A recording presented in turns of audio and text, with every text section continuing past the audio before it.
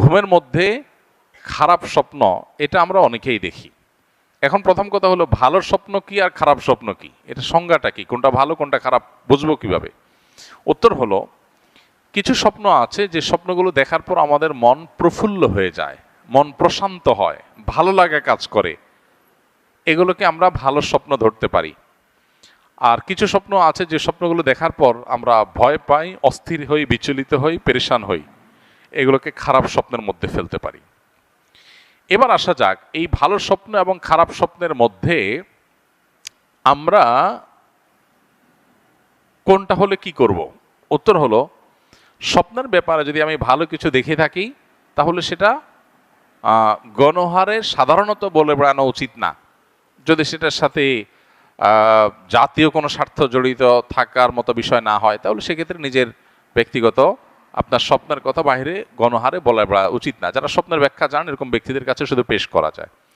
দ্বিতীয়ত হলো, খারাপ স্বপ্ন যেটা পর আমি বিচলিত হয়েছি, এটা দেখার পরে প্রথমত যদি এমন হয় যে স্বপ্ন দেখেছি এটা দেখার পর আমার পেরেশানি লাগছে, আমি চিন্তাগ্রস্ত হয়ে যাচ্ছি, পেরেশান হয়ে যাচ্ছি, তাহলে এটা কখনো কখনো শয়তানের তরফ থেকে হয় মানুষকে পেরেশান করার জন্য।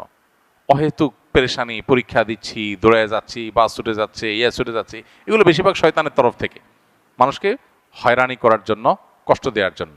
এগুলো থেকে আত্মরক্ষার উপায় কি? সকাল সন্ধ্যার আমল নিয়মিত করা। ঘুমের সময় অনেকগুলো মাসনুন আমল আছে যেটা আমরা জানি না। ঘুমের সময় যত মাসনুন আমল আছে এগুলো যদি সবগুলা কেউ করতে যায়, মিনিমাম তার 30 থেকে 40 মিনিট সময় লাগবে মিনিমাম। সে সবগুলো আমল করতে চাইলে এই পরিমাণ কোরআনে বড় বড় সূরা তেলাওয়াত করার কথা আছে, অনেকগুলো আমল আছে, সেগুলো করে যদি শোন, ওযুর সাথে শোন, ইনশাআল্লাহ তাআলা হেফাজত করবেন। কোনো কোনো সময় শারীরিক দুর্বলতার কারণে মানুষ এই সমস্ত স্বপ্ন দেখে, সেক্ষেত্রে সেই দিকটার প্রতি বিশেষ খেয়াল রাখতে হবে, দুর্বলতা যেন না থাকে। আর কিছু কিছু স্বপ্ন আছে যেগুলো মিনিংফুল, বোঝা যায় যে এটা আমাকে বিশেষ কিছু ইন্ডিকেট করা হচ্ছে, তো সেগুলো কখনো কখনো দেখতে বা আপাত দৃষ্টিতে খারাপ স্বপ্ন মনে হলেও সেটা আসলে ব্যাখ্যায় ভালো হয়। সেটা স্বপ্নের ব্যাখ্যা বিশেষজ্ঞ যারা আছেন, এক্সপার্ট, তারা বলতে পারেন। স্বপ্নে মৃত্যু দেখলেই যে মৃত্যু হয়, নট নেসেসারি, এরকম সবসময় না।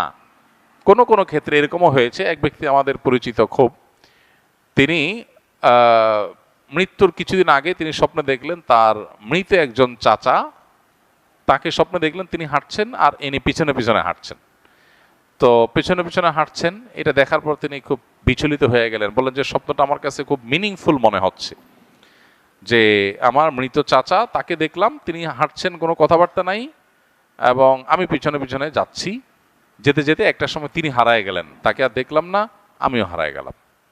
এর কিছুদিন পর দেখা গেল ওই লোকটা মারা গেছে, যিনি স্বপ্নটার কথা বলেছেন আমার কাছে, ওই লোকটা মারা গেছেন।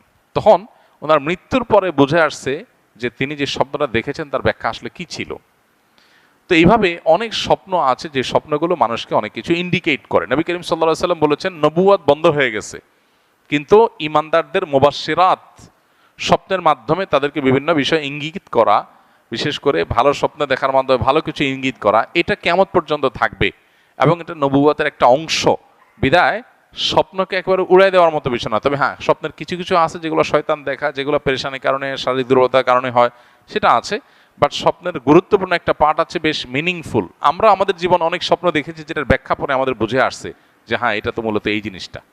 তো এই জন্য স্বপ্ন নিয়ে আমাদের জানাশোনা বানানো দরকার। দুর্ভাগ্যজনক বাস্তবতা হলো আমাদের সমাজে আজকাল স্বপ্নের ব্যাখ্যা বিশেষজ্ঞ মানুষ পাওয়া যায় না, হারায় গেছে একেবারে, এক্সপার্ট মানুষ সেরকম একটা নাই।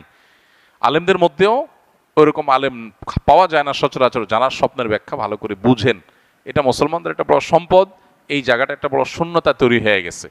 তো এটা নিয়ে কারোর মনোযোগ থাকলে সেটা খুবই প্রশংসার বিষয়, স্বপ্নের ব্যাখ্যা বিষয়। তবে সেটা অবশ্যই বেশ পাণ্ডিত্যের ব্যাপার এবং জানাশোনার মতো বিষয় করতে হবে, জানাশোনা সেভাবে করতে হবে। তবে মৃত্যু দেখলেই যে মৃত্যু হয়ে যায় স্বাভাবিক না, অনেক সময় উল্টাও হয়। এই জন্য স্বপ্নের ব্যাখ্যা যা দেখলাম তাই হবে এটা জরুরি।